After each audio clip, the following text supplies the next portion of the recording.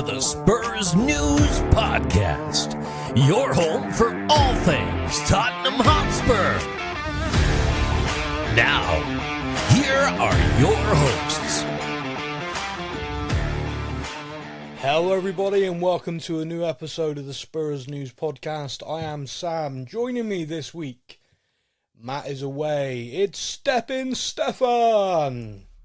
I must admit, I prefer Super Sub, but Steph will work. How's it doing? No. If you're going to be like that, hang on. Hello everybody and welcome to the Spurs News Podcast. I am Sam. Joining me this week, it's the slightly needy Super Sub, Stephan. Hey buddy, how you doing? Yeah, I'm alright. I feel tired now. I had to do an introduction twice. Knackered. So today we launch a petition from Spurs News. I think everyone will get involved. So basically, some decisions didn't go our way the other day. My understanding of modern football is our club should issue a statement soon. We as the fans then create a petition now the game replayed. Is that how it works now? I think that's it, isn't it? I think that was along those lines, yeah, pretty much. Yeah, so basically, wow, things didn't go our way. Yeah, is that it? I think that's the general gist. I mean, I was watching several managers give interviews that rhyme with plop. And another guy that rhymes with shithead. Sorry, Arteta. And yeah, I just get the impression that nowadays, modern football, you throw your toys out the pram the minute things don't go your way. Yeah, I'm genuinely surprised that Big Ange wasn't all over the back of newspapers calling officials disgraces and embarrassments because that's what you do now. Football. That's what I thought happened. Yeah, I mean, that's gone are the days of accepting a result and cracking on with it, mate. You know, cracking on with it, mate. Nice. Hang on, I'm cracking on with it, mate. There you go. There you go. So I've got here quite a detailed list of things we need to talk about. And it's kind of funny because I knew Matt was away this week because he said to me he's away with his wife. They're off having a jolly good time, I'm sure. And I said, okay, I'll get Stephan on the show. So I wrote a kind of basic, these are all the points we're going to cover. Now, I did that before the Chelsea game. And it was kind of like talk about the Chelsea game. And then I was like, okay, we'll do a loan update. We'll do all these different things. And I did this nice little thing. And I thought, God, that's going to be quite a packed show. Oh, that's going to be quite good. And then the Chelsea game happened. And I basically just grabbed that, screwed it up into a little ball and threw it. And just wrote bullet points of everything we need to make sure we talk about from that game. Because there's a lot. Yeah, I mean, there was a few events that happened, for sure. One or two things may have occurred. Now, one of the things that I do on this show a lot is I invite listeners, fellow Spurs fans to send in questions and topics they want to hear discussed. I then talk for 30 minutes, and then when I get to that, I go, oh yeah, I've already said that. Oh yeah, I've already answered that. And I always feel crappy about it. So today, we are going to buck that trend and we're going to do it first. So I've got my bullet points written down of the stuff I want to cover, and if anyone asks questions on any of these bullet points, then they will get there first, rather than me going, I've answered that, I ain't going to talk about that, because that happens too much and I feel bad. So we're going to go to the fan questions first. Now it's time for your comments from our social media.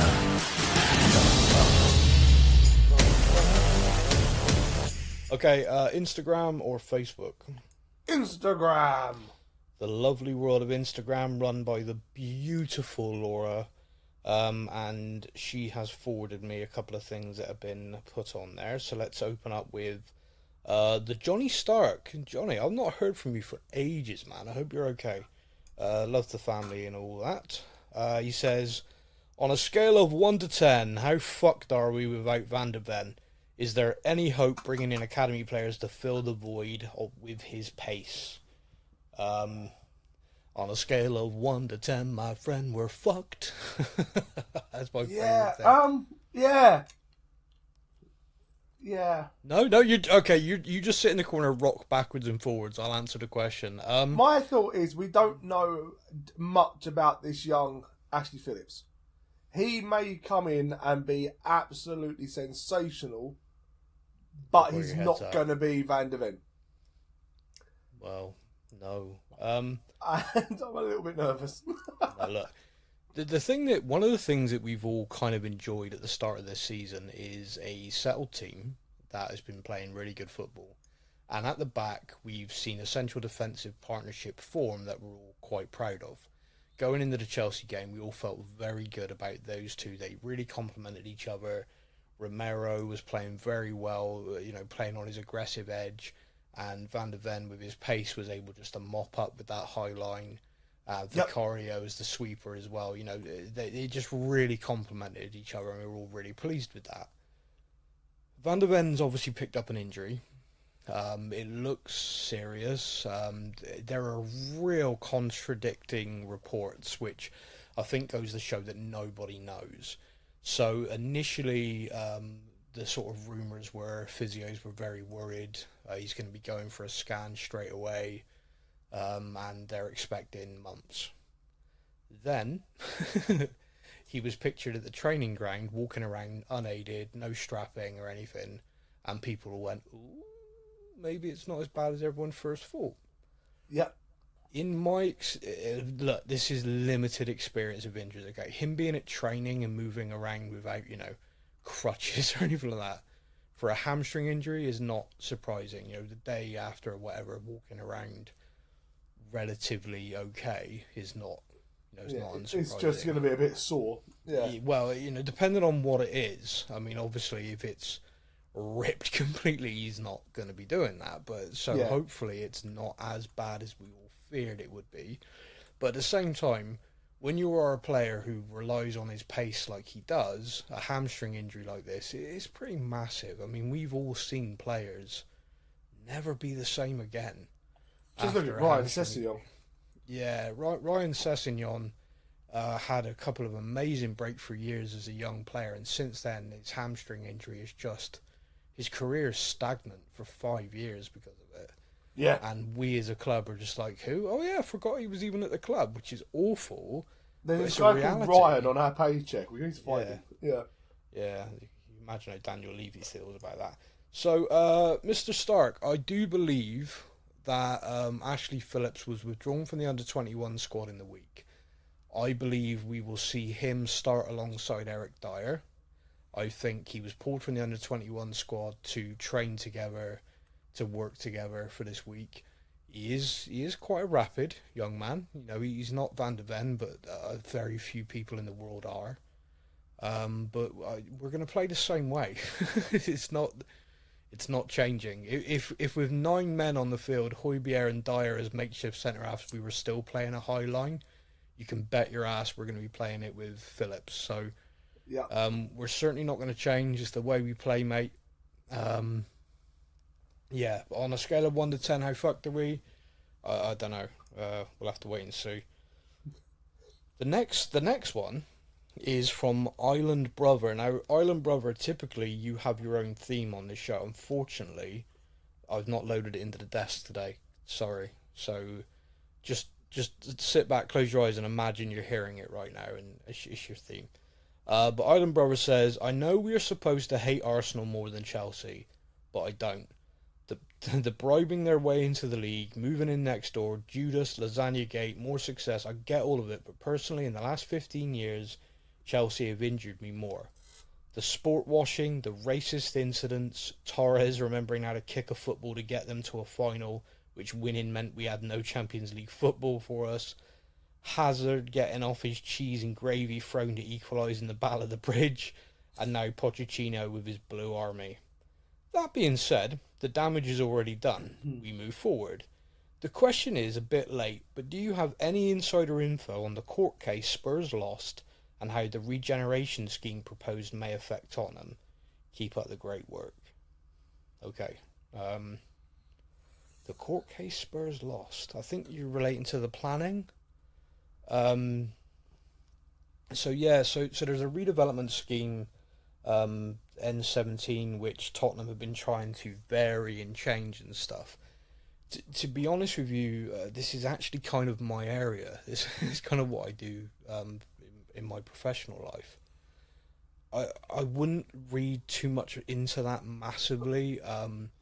Typically with stuff like this, you try to get more than you ever actually really want, because you want them to knock you down, if that makes sense. So like, okay, here's an area, I'm going to build 10 houses, I'm going to apply for 20, they're going to go, oh, you can never put 20 in there, oh, we'll only give you half of that, and you go, oh, okay. So I think what Tottenham have tried to do via their planning consultancy people is sort of go to the nth degree and really push it to try and get as much as they possibly can. And then it just get bartered and negotiated, and eventually it'll come through. The real estate side of Tottenham, the main reason why it's of note to us as football fans is that part of the commitment the club has, or they've given, is that everything that the club has and makes is going back into the football side.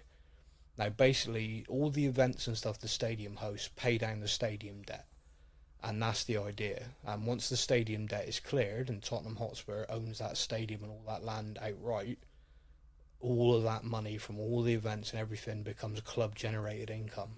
And that's why we are a financial behemoth, really. We are. I mean, it's ridiculous. The job that Daniel Levy and co have done in that regard is insane.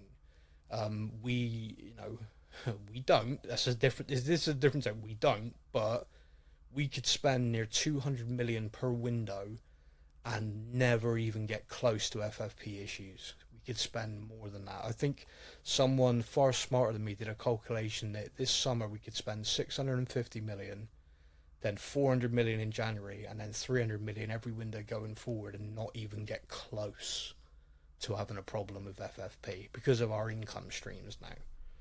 So we've kind of done that. We are all set, but it is the stadium debt that needs to get dropped down first, and these real estate deals are a massive part of that, because they would get built, developed, and then the money from that are purely for the stadium, the infrastructure debt. So it is worth keeping an eye on as a football fan. I know a lot of people have this, oh, it's just ENIC making money out of it. It is. The thing that I'll always say to that is, yeah, there's plenty to criticise ENIC for, plenty to criticise Levy for, but just look at the accounts. They don't take any money out of the club. It's a misconception. It's they've never taken. They just leave the club to be self-sustaining, and that's it. Yeah. So yeah. I'll keep an eye on it. If anyone's interested, I've not talked about it on the podcast, but if anyone is interested in that, drop me a message and I'll talk you through it. There is plenty there to talk about. Okay, so heading over to Facebook, we have several messages here. First up, we had an email come in, so let me find that one first. Okay. Are you eating your breakfast while we record? No, I'm putting a cough sweet in so I don't cough throughout the podcast. Well, mute it for... Come on, man. Be professional. Sean in Canada says, I don't think anyone could have imagined the Chelsea match going the way it did. Now we face Wolves without Romero, Van der Ven, Richarlison, Udogie, and quite possibly Maddison. How do you think we'll do? That's from Sean in Canada, eh? Hey, Sean. Whilst you answer that, I'm just going to crack around, maybe open up some crisps. Oh, I mean, I could have just muted the audio, but you crack on. Sorry. Yeah, go on, mate. Answer the question. Go on, mate. Oh, I was just going to mute my audio for you, but I'll leave it in now. Okay. I saw a list the other day. I think we were talking about it, like the list of people that are potentially missing for the next game. Yeah. And you talk about suspensions and injuries. It's like, oh wow, okay. You're looking at like 6 or 7 people that would be, if not starting the match, one of the first names off the bench, sort of thing. And it was like, wow. Massively, yeah.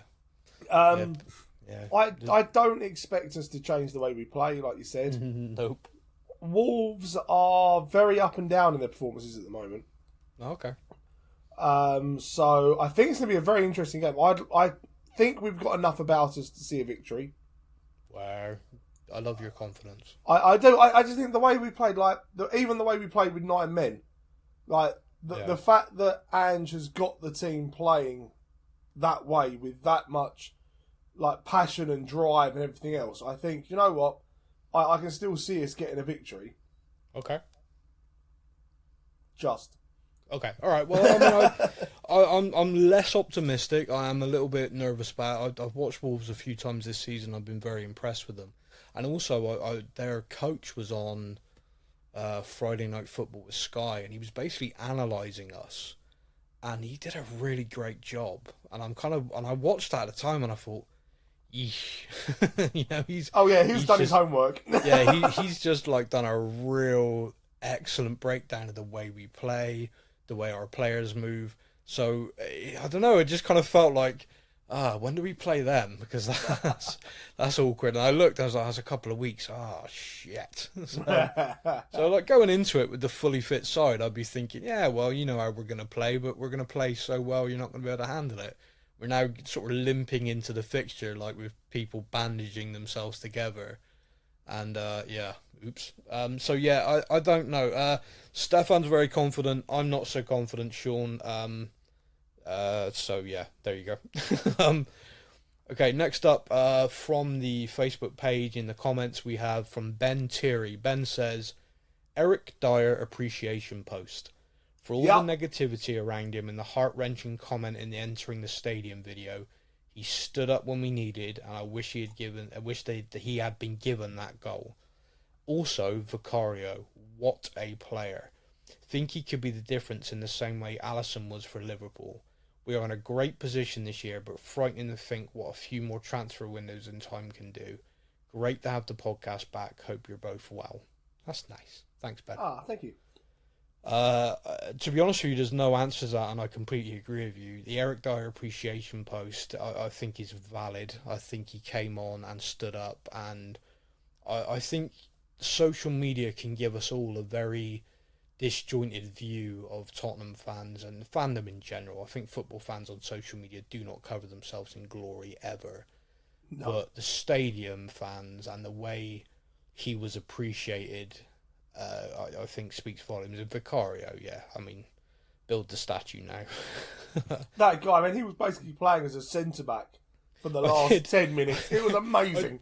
I did see yesterday someone said, Lloris is at training, put him in goal and let Vicario start alongside Dyer. Mate, do you know what? It really worked. Tom Perk says, I'm not a religious person at all. By the way, when I read stuff like that and I'm reading it out on a podcast, my butthole puckers up a bit. I worry because I'm like, I've not read these in advance, and I kind of have this. This is when my podcasting career ends. This is how it ends. Okay, thanks, Tom. Tom says, I'm not a religious person at all, but is Big Ange the second coming of the Messiah? Also, how good a keeper do we have in Vicario? Wow, just wow. Is Big Ange the Messiah? No, he's a very naughty boy. That's a niche joke. Wonder how many people get that. Let me know. Someone message me. I'm not going to say where it's from, but if you got that, if you're too young for it and you don't know what I'm talking about, then also message me because I will direct you to something that will change your life. The next question is from Clint Piermain. Sorry, Clint. I'm probably butchering that. My bad. I actually think Højbjerg would make a great makeshift central defender. He reads the game well and organises everyone around him. His man marking leaves a bit to be desired, though. We've noticed from set pieces and stuff, he does just kind of let people walk away from him. Yeah, that's been one of my biggest pet peeves of his. But I gotta be honest with you, he came on like Dyer and played like a man possessed. Do you know what? I know I messaged you, Stan. So I have been a big person in the camp of Højbjerg can leave. I have been a big fan of the Atletico Madrid move that was meant to happen in the summer, and the fact that Juventus might want him in the winter. And I'm like, off you go. See you later, mate. Cheers. Bye. Bye. Off you go. After watching that performance on Monday night, I take it back. I take it all back. Interesting. He is would you say that you have flip-flopped once more? I have flippity-flopped. Yep. Højbjerg is one of the first people on any football game, be it management or whatever. He's the first one I put on a transfer list. I'm like, get it off you go, see you later. Now, I'm going to start building statues for the bloke. He came on and was absolutely phenomenal on Monday. And the passion he put into the goal line clearance he made and the passion he had done that. And I'm watching him go, Do you know, okay. I just mentioned social media and football fans don't cover themselves in glory. You know you're right there, right? Yeah, oh yeah. He is crap. He is awful. He's brilliant. Build a statue. He plays the next game and makes a mistake. You're going to murder him again. Yeah, most likely. Yeah, most likely. Flip-flop. Yeah, you wait for the day Richarlison scores a hat-trick. Mate, you wait. No, I'm not. No, you're not even allowed to celebrate. No, your hatred for him, no, I'm not having that. Irvin Pavanello says, is Romero reliable? Would you sell if a good offer comes in? Right. Irvin, I'm going to circle that comment. We're not going to discuss it now because me and Stephan have very different views on Romero. And when we get into the Chelsea game, I fully plan to fight over it. So, Irvin, keep listening. That is coming up. Yeah. Mike Hodgson says, what do we do now with Dyer and Royale as likely centre-backs until we wait on recoveries? Royale is going to be likely left-back. Ben Davies and Udogie aren't available for Wolves unless Ben Davies makes a sharp recovery no one's expecting. So with Udogie suspended, Davies injured, Royale is likely to play on the left, Porro on the right, and we're going to see young Phillips, I'd imagine, alongside Dyer.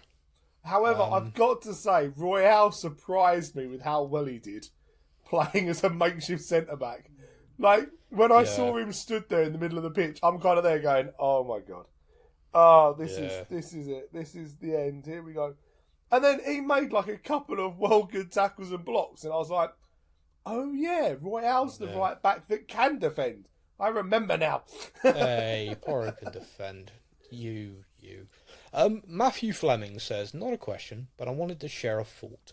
In your podcast interview with Mickey Hazard some time ago, he mentioned that in the European final there was a penalty miss, but after that the Spurs fans were singing the player's name. After the third goal on Monday, the crowd at the lane sang even louder. For me, that was hugely significant in this day and age for the supporters to be supporting the team like that to that level. It made me so proud to be part of this family. Matthew, I'm so glad you brought that up because that genuinely came straight to me, what Mickey said. For anyone who missed that interview, you can go back and find it in our archive, but it was really interesting. It's a very good interview. Very good. He was... so basically it was the UEFA Cup. Tottenham did go on to win it, but it was a penalty shootout. And when the player missed, the Spurs fans sang his name as he came back. And what Mickey talks about with that, he said, is every player who was waiting to take a penalty, he said we were like taller. Because we knew that even if we went up and missed, this crowd, these fans, they had us. They were supporting us. And he said, and it made everyone like go up. He said, and we won that shootout. Keeper made an amazing save, and we took our next chances and we won.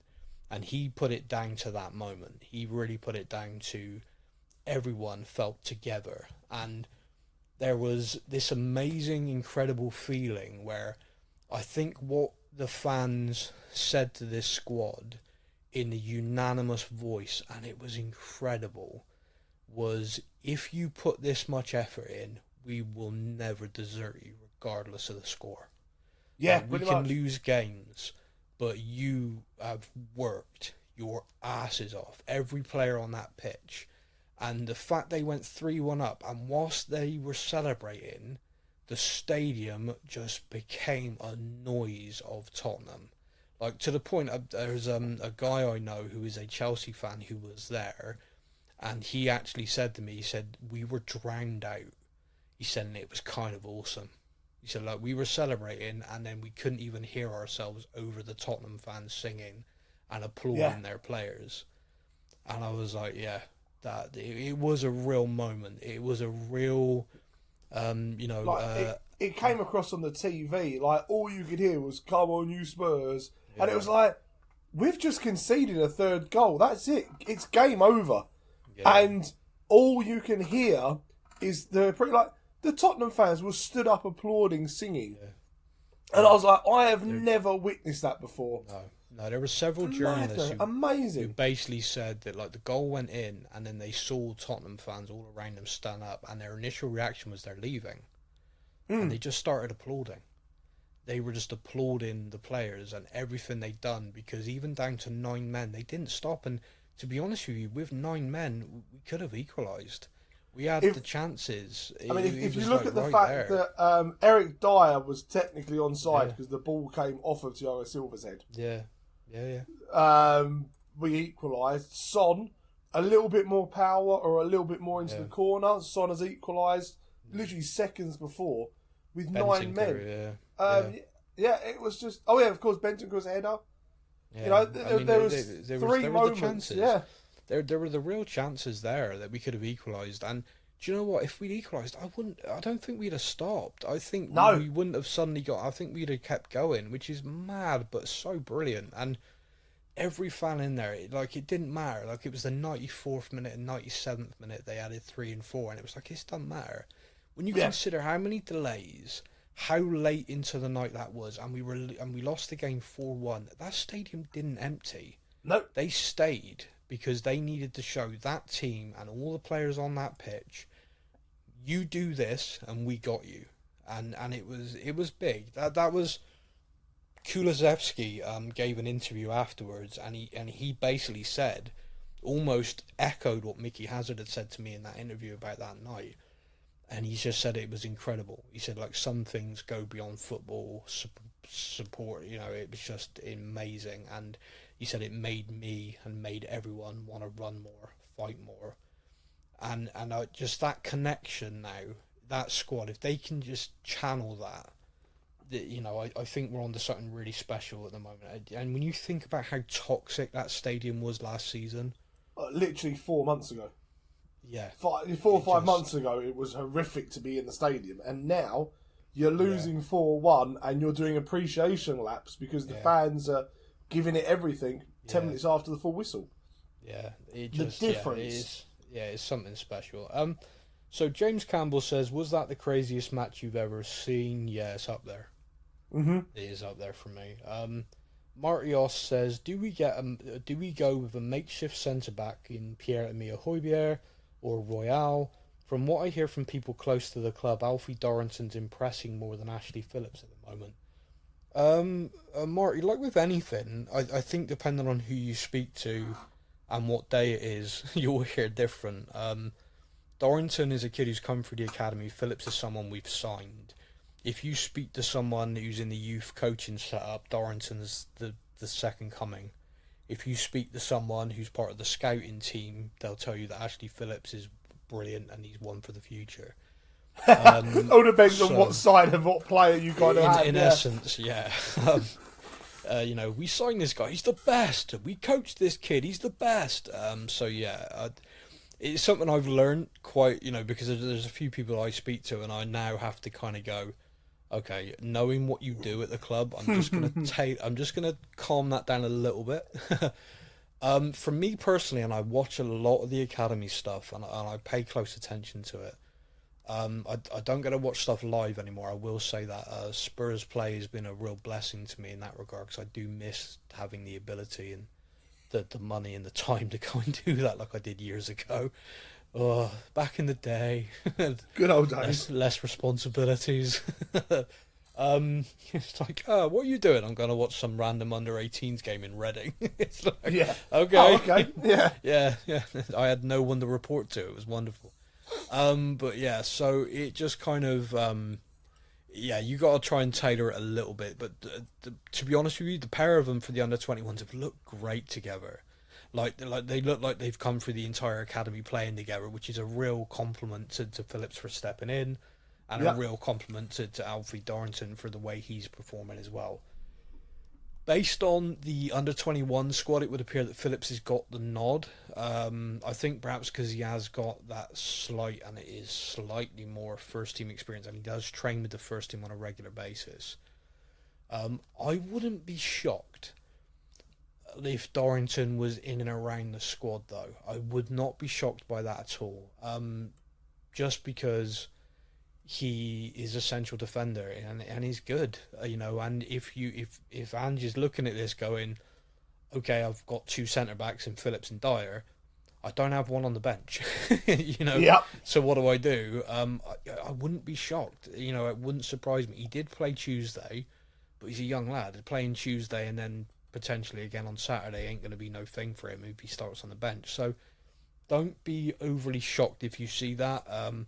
At the same time, I wouldn't be overly shocked if we didn't name a central defender and just have a plan in mind of Højbjerg or someone stepping in if they have to. You know, plan for the best, no injuries, no sending offs, but prepare for the worst, just in case. It's kind of a mad one, but yeah.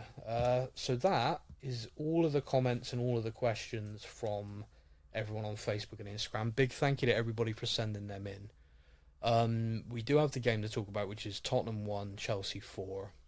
Yes. Man, is that a misleading scoreline, but, you know, those things happen. Yeah. So my first talking point for us, and we are going to go through them one by one, is Destiny Udogie. Destiny Udogie got a yellow card earlier in the game and then got a second yellow and was sent off.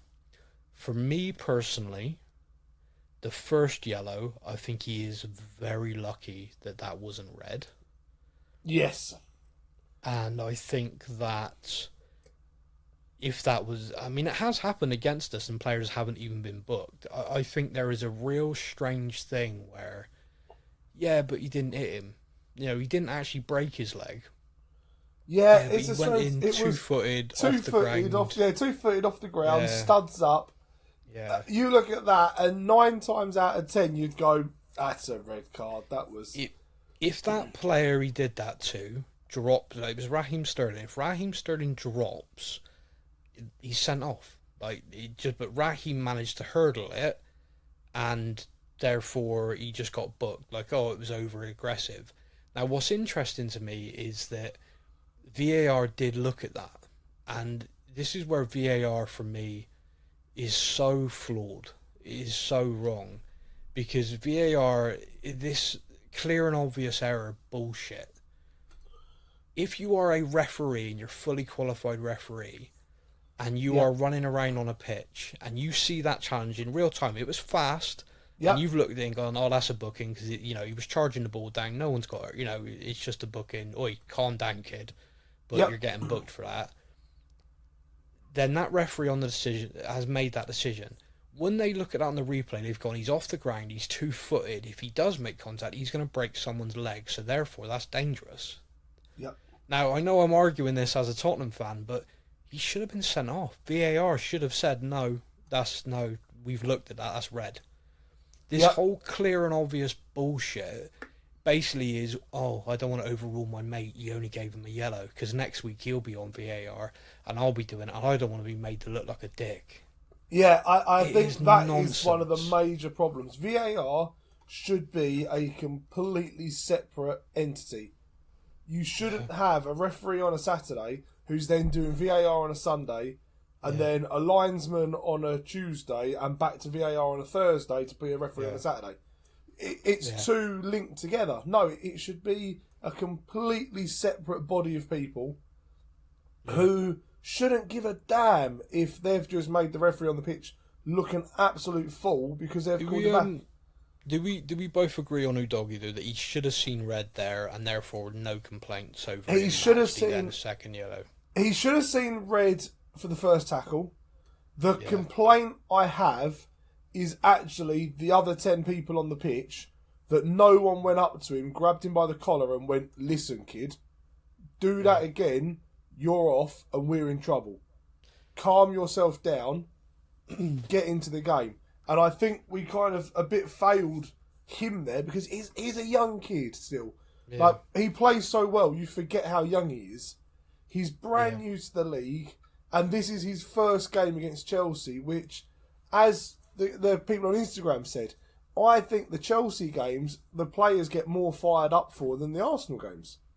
Yeah. And I think the fact that no one just kind of went up to him and said, listen, calm it down. We need you on the pitch. Well, no one that we saw. We didn't see it happen. No. Someone might have tried. I did see someone say, as a defender, his vice captain's Romero. So what chance did he have? But my point on this is he saw red in that game. I got no qualms with that.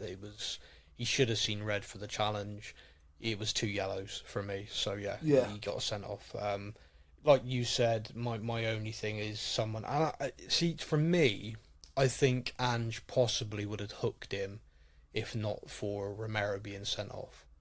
I think he was then in this position of, oh crap, I need to adjust this. Half time, go on kid, chill, but unfortunately, that's not how football works. And you get back out there. You watch his reaction as he's walking off the pitch afterwards, and he's hitting himself on the side of the head like, you idiot. Like when you think, oh, you're such an idiot when you hit yourself, like, oh, come on, you know that was stupid. And you could see he was doing it himself, like he knew it was a silly tackle. It happens, and that's what I mean. He was laying on the floor afterwards, and you could tell he was laying there because he knew. He knew as soon as he sat up, that was a red card, and he's like, what have I done? What have I done? Look, it happens. I'm not gonna, I'm not gonna destroy the kid over it. Hopefully he learns. But yeah, I mean, it's just one of those things that unfortunately happened in a game when things were already, going with us. A bit ropey, yeah.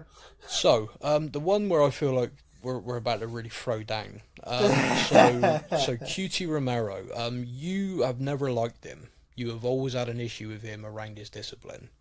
I have always been of the opinion that he is a player who plays on that aggressive line, and if you try and take that away from him, you're going to lose a lot of the good. Although I know he crosses the line, I feel like if you eliminate that, you eliminate a lot of what he is as a player. Yeah. So just focusing on him. So before he did see red, he kicked out at a player. Yes. When he did that, I immediately thought, that's a red. And the reason why I thought that is because in my life watching football, since David Beckham did it and got sent off, I've always viewed that as that you're just not allowed to do it. Yep. It's a red card. What was interesting to me was that I then hear via VR said, it was petulant, not aggressive. Huh? Sorry, is that a thing? When did that become a thing? Like, that to me is the same as Udoghi's first tackle. He didn't hit him, so don't worry about it.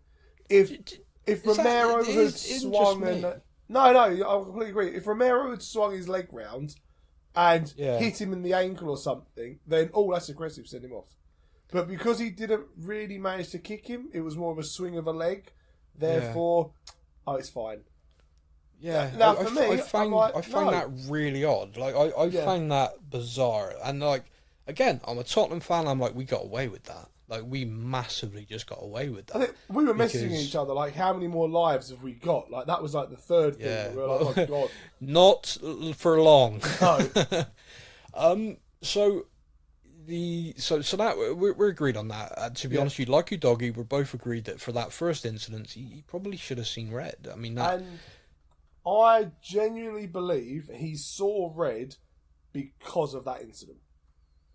I genuinely believe if he hadn't have done the kick out and VAR and everything hadn't have looked at it, then I think it's a penalty and a yellow card for what he actually gets the red card for. Okay, so this is interesting because that's changed from the discussion we were having via message the other day.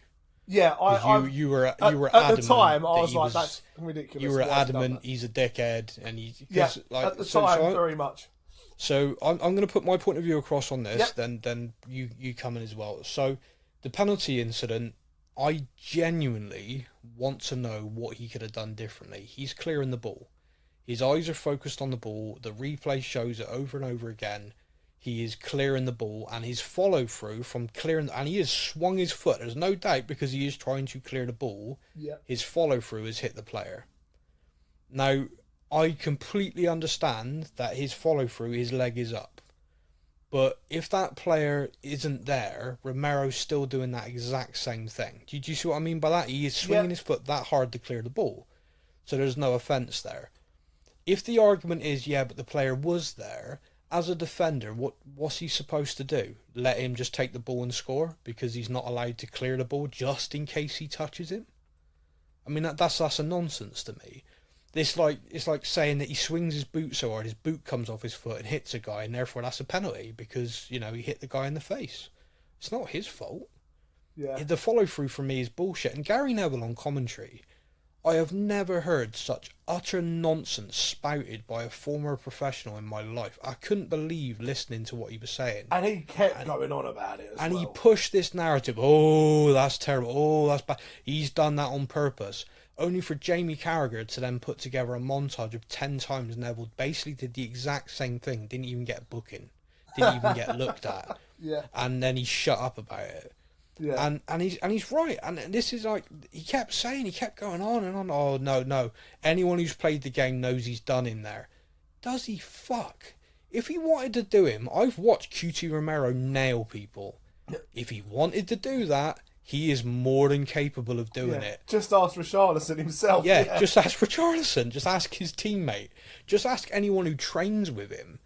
He absolutely knows if he wanted to do it, he'd have done it. He didn't. His eyes were focused on the ball. He didn't even know that guy was there. Like, you watch that replay, he is on the ball the whole time. So I actually think the penalty decision's bullshit. You said to me at the time, oh yeah, but if that was, the other way round, you'd be wanting a penalty. And my argument is, yeah, of course I would. I'm a Tottenham fan. Yeah. It's like, yeah, I'd appeal for it like fuck. But I don't think it is a penalty. Even if we got it, I'd say, whew, that was light. But yay, we got a penalty. So I don't agree with the penalty decision, and the sending off I think was bullshit. I think he should have already gone for what he did, the kick out. But so that's my view on it. I am quite pro QT in that regard. Yes. So the platform is yours, sir. So again, like you say, it's quite well known. I'm not a massive. Before this season, I was not a fan of Romero at all. The first game I saw him play live, I was at the stadium, and one of the things that kind of stuck out to me was he was in our box, and one of their attackers swung at the ball, missed Romero completely, and he went down like he'd been shot and rolled around, and instantly I was like, nah, you're not my sort of player already. From there, he then had his disciplinary issues last season and things where he didn't play because of the Argentina stuff, World Cup and etc. So he was never kind of in my good books. This season, however, him and Mickey as the two centre-backs, I'm comparing them to Jan and Toby. I think as a centre-back pairing, they're fantastic. He's been given the vice-captaincy, and it seemed to kind of really change his mentality and his attitude. And I was really coming round to like, okay, we are seeing a different type of player.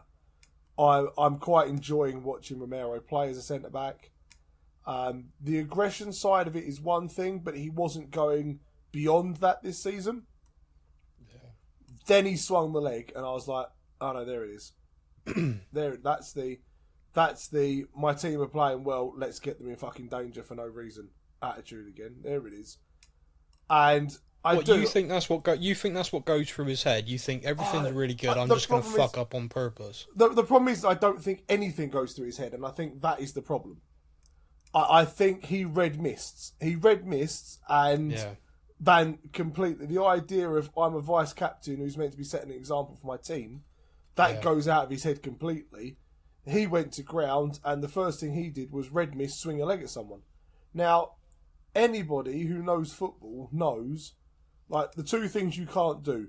You can't swing a leg at someone, and you can't put your hand in someone's face. Yeah. We all know as football fans and as footballers, you do either of those two, you're being sent off. Except for in this game. In this game, apparently, neither happened, which was very strange. I think there's a picture of Sarr with his hand round Colwell's throat, didn't get a card. Reece James elbowed Udogie in the face, nothing. Very strange game of football. But I do, when I saw the penalty, first time round, when I saw the penalty, I was like, for fuck's sake, he's done it again. What is he fucking doing? Like, my God. And then, I've watched the replays after, and I calmed down and I watched it. And, he is clearing the ball. I think, I personally think he left a little bit in there.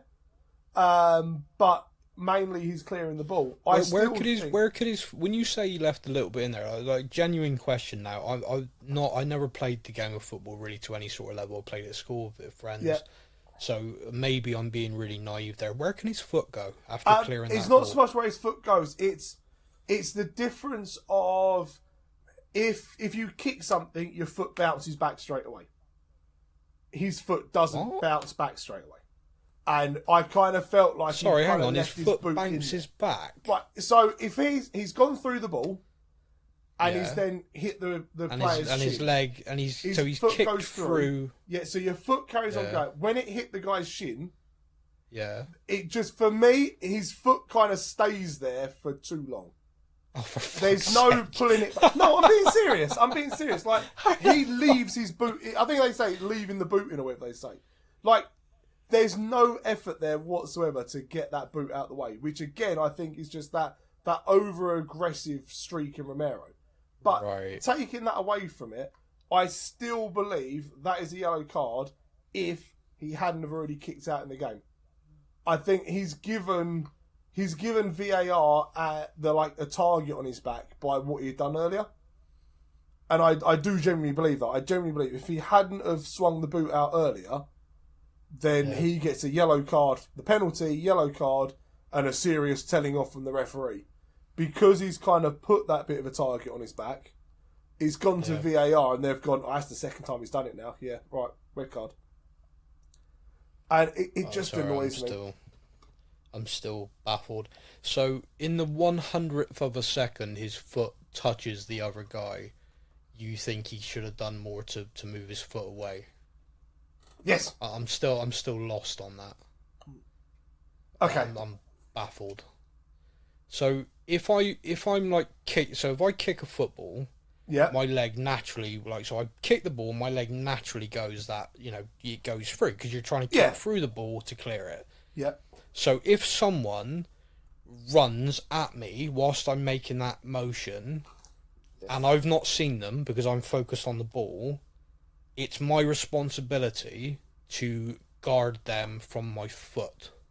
No, even though they've run at me. No, but if you can't see someone wearing a bright blue kit stood directly in front of you, I feel like your eyesight is more of an issue. Like, there's no way you can say he didn't see the player. There's no way. When you're that close to someone, there's no way in saying you can't see the player. He definitely knows. Do you not think he's focused on the ball? Focus on the... Okay, so I am focusing on my computer screen at the moment. I can still see the window next to me. I can still see the picture on the wall to my right. I can still see the lamp behind it. I can still see the sofa to the side of me. Like, focused on my computer screen, I can still see everything around me. There's no way. How many of those things are running at you whilst you're kicking the screen? Exactly. So it's a moving object. Even better. Like, you're going to see it. Mate, like, there's no way. There is no way he does not see there is a person. I'm not on about it's not seeing him. My point That's is... what you just said. You didn't see him.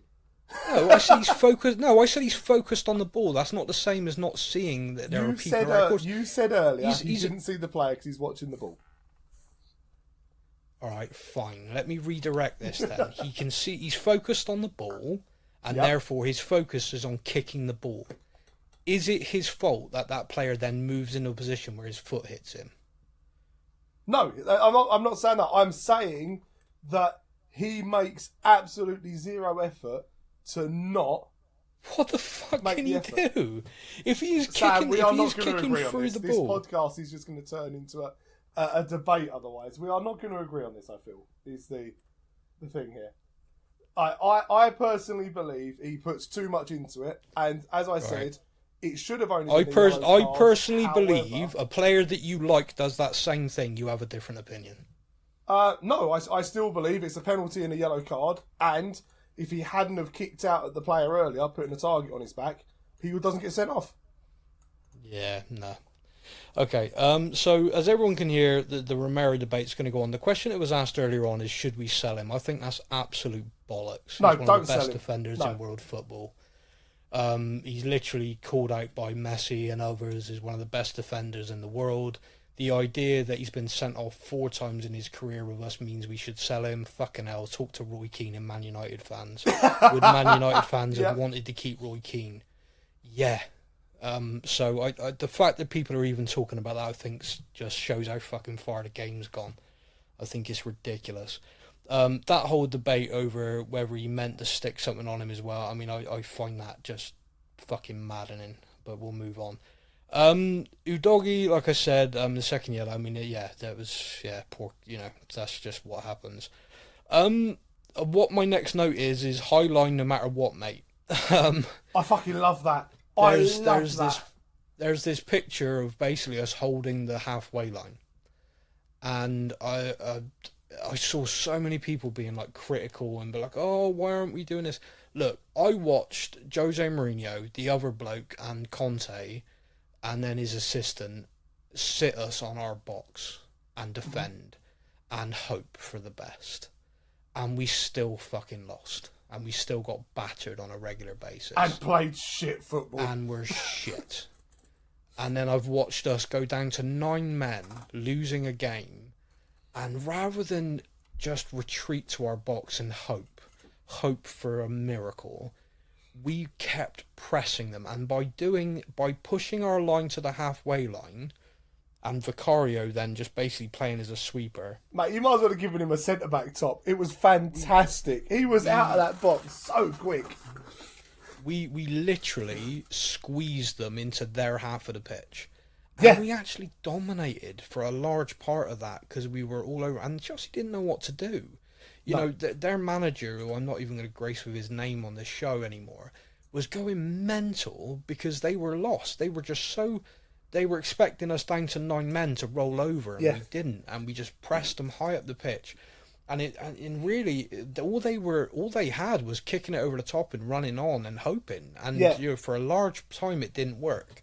It made me laugh as well watching it because if you look at the stats, they had 62% possession and 502 passes, which was 200 passes more than us. And if you were to just be a football person who went, what was the Tottenham game like? They lost 4-1. They had 8 shots compared to 17, 5 on target compared to 8. Tottenham only had 38% possession. Blimey, okay. You'd look at that and think to yourself, God, we got absolutely battered. Yeah. But the thing is, because of our high press, of those 502 passes, I was like, most of them was at the very back of the pitch because they couldn't do anything. We had them so boxed in with our high press that they were just knocking the ball around because they physically couldn't do anything in our half of the pitch. And to watch that compared to last season, where, like you said, we were camped pretty much in our own box, letting them have, go on, you guys have the entire pitch. We'll just have this little area here. Well, a great example was Man United in the Champions League last night. Went down to 10 men and did exactly that and lost. Yeah, they literally camped in their own box, tried to defend it, and lost the game. And someone on Twitter, journalist Alistair Gold, tweeted the picture of us holding this line on the halfway line, and basically put in his tweet this is kind of mad. This is kind of insane. Tottenham aren't sitting back and defending. No. And an account called Bankrupt Spurs, who's someone I follow, and if you don't follow and you're on Twitter, do. He's brilliant. Yeah. He tweeted he'd rather die on the halfway line than live camped in your own box. Obviously, a play on that, and it just summed everything up for me just so perfectly. I was like, and you only got to look at the fan reaction. We talked about how the fans reacted to the way the players were playing down to 9 men, and to a man and to a person in the stadium, there was not anyone who wasn't fully on board. And I think from Ange's point of view, if he had any doubts that this squad had bought in, any doubts that the fans had bought in, they've gone. And we may have lost that game, but it feels like that was a real moment for the whole club of, okay, we lost that, but we are still moving in this direction and we are confident it's the right direction. Yeah, I mean... and then that felt good. There was a part of me that was quite... When you saw there's a picture and it's like Eric Dyer on the halfway line, literally side on, ready to bust his gut if he needs to. And then, 10 yards behind him, there's Emerson Royale on his side on. On the And the players, they know. It's like, right, we hold this line, the midfield press. If they play a ball over the top, you run like a motherfucker and you get back. Yeah, and Vicario was on the edge of his box ready. He was like, okay, bring it on, guys. I watched him easily make 4 fantastic tackles and clearances when someone like Sterling or Jackson was like, one-on-one with the keeper, here we go. And Vicario's out of nowhere. I talked a little bit about flip-flop fans. Oh, mate, that first game of pre-season, him coming out the box, scared the shit out of me. So let me just clarify. What was Vicario doing in that game that you hated? In that first pre-season game, he came running out of his box, headed the ball out of play, and I was like, "What are you doing? You're a goalkeeper. What the?" And now I've realised this is how we play. This is Ange ball. Yeah. And all of a sudden, he's coming flying out, making inch-perfect slide tackles on players, and I'm like, "Wow, okay." Yeah, no, gotta love him. Okay, so the next thing that I've got written down, which I think is worth us mentioning, is Ange Postecoglou post-match. Yep. I was incredibly proud of our fans that night. I was incredibly proud of the team. Obviously, the players who got sent off deserve a slap because they let everybody down. But that's it for me. We move on. But all the players stood up. That whole squad, from the bench to everyone, they put in everything. Yeah. You can't ask for more than that. And one of the fans in the stadium, like someone said in the comments earlier on, I felt proud to be a Spurs fan in that moment. Yeah, definitely. And Ange Postecoglou post-match made me proud of him to be our manager. And it's not the first time since he's joined. He says a lot of great stuff in press conferences that I always think, oh, thank you for saying that. It makes me... We've got an articulate football man who, he really cares and is pleased to be here, happy to be at Tottenham, and doesn't see it as beneath him. This is so I'm not weird. doing them a favour. Yeah, what a weird feeling this is. And so listening to him post-match not throw his toys out the pram about decisions, the way he spoke about respecting the officials, we got to get on with it. We'll get decisions go for us, we'll get decisions go against us, but it evens out. That's football. And to listen to him talk about the players and buying in and how it was a mad game. I mean, it was phenomenal. And a lot of people, like I said at the start of this podcast, it seems to be now if things don't go your way, you hold your breath, stamp your feet, scream, and then your club puts out a statement to support you. It's nonsense. I think the FA, the Premier League, should be hammering teams for doing that. I really mean it. And I'm not just saying it because it's Liverpool and Arsenal. I genuinely believe it. If our manager did this, I'd say the same thing. Fortunately, he's not an idiot. But anyone who does that, the level of pressure you are then amping onto a referee is completely unacceptable. You saw that English referee get hammered with his partner trying to get on a train not that long ago. Yep. And fans getting in his face, screaming at him, that's disgusting. Whether a referee, whether you rate him or not or anything like that, it should never go beyond, the game. That fucking ref was crap today. Boom, that's it. The ref had a bad day. Bang, move on. When a player has a bad day, it happens. This is sport. Just fucking accept it and move on, because on another day you'll get the rub of the green. But today you didn't. And Ange is absolutely right with that. And it kind of brings me to this last thing that I wanted to touch on. And we're kind of running out of time, so we possibly don't have the time to do it justice. But, mate, do you think VAR should stay in football? And the reason why I'm asking that is, to me, I don't think fans in the stadium enjoy VAR. No. As a watching experience on TV, I don't enjoy VAR. As the thing that VAR is supposed to do was to kill the debate, it doesn't. It's makes made it worse. So much worse. Yeah.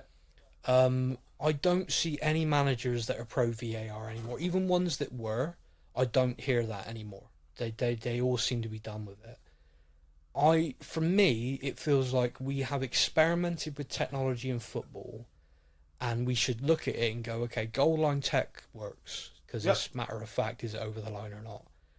VAR doesn't. Let's just go back to respecting the ref and letting them have the authority to make the decisions.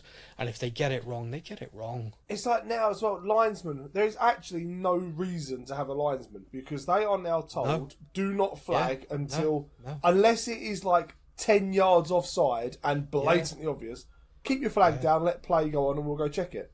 Well, what's the point of having a linesman then? No, I agree. Well, If there's he's no not point allowed having to them there. flag, because we have to check things, well, there's no point having them. Get rid of them. Basically, the linesman will become someone sat looking at a TV screen. Yeah. And just in the ref's ear, that's offside, that's on. Just shouting to him. And, now, I for one am all for technology if it makes things better.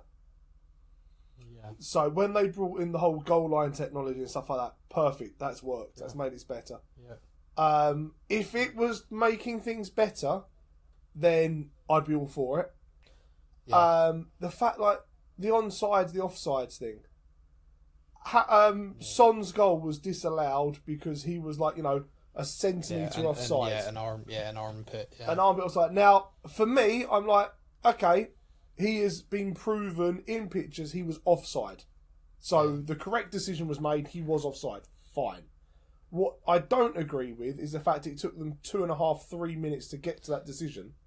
My thing with that is like back in the day, you had this thing, and I'm sure you do this as well, is that the attacker gets the benefit of the doubt. Yeah. So when a linesman looks at that, he would, like, if you think about pre-VAR, right?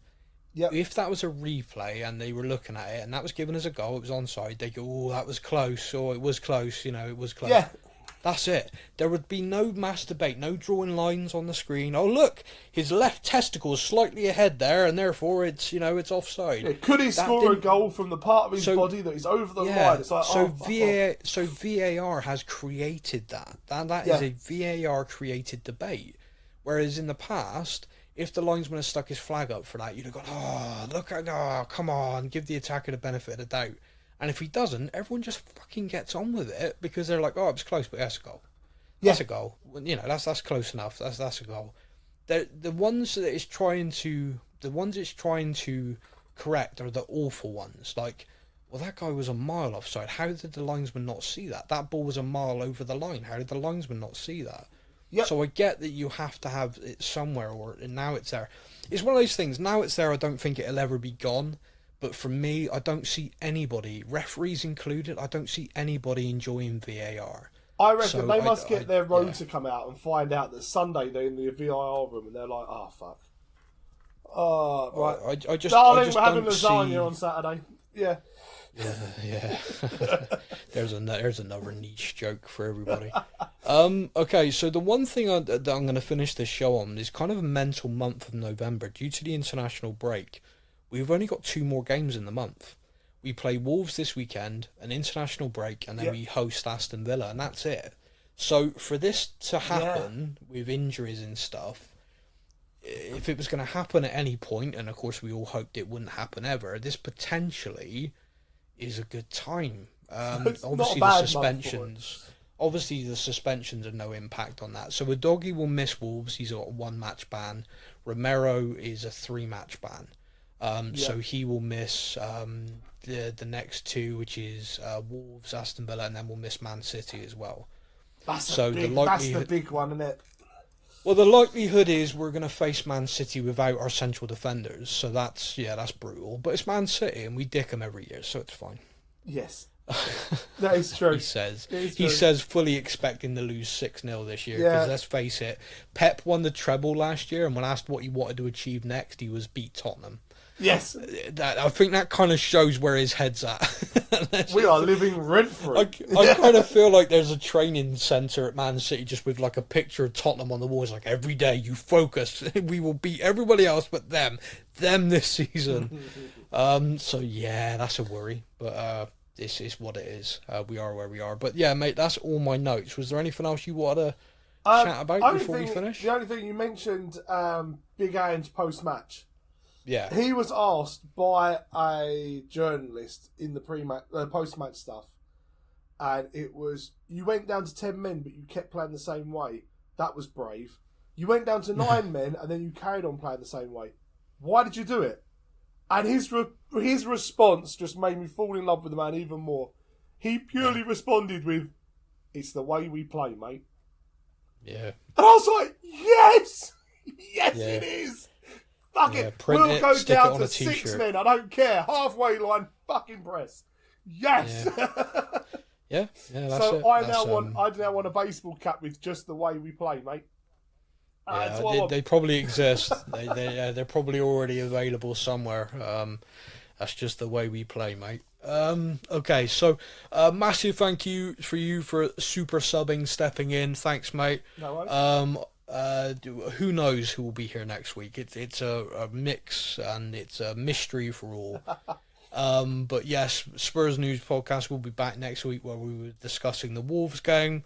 We will then take a break for the international break and obviously be back to then discuss the Villa game. So massive thank you to everyone for continuing to listen. I hope you've enjoyed the show this week. Despite the result, I still feel very enthusiastic about all things Tottenham. I hope everyone else does as well. But yeah, until then, everybody, you all take care. Come on, you Spurs.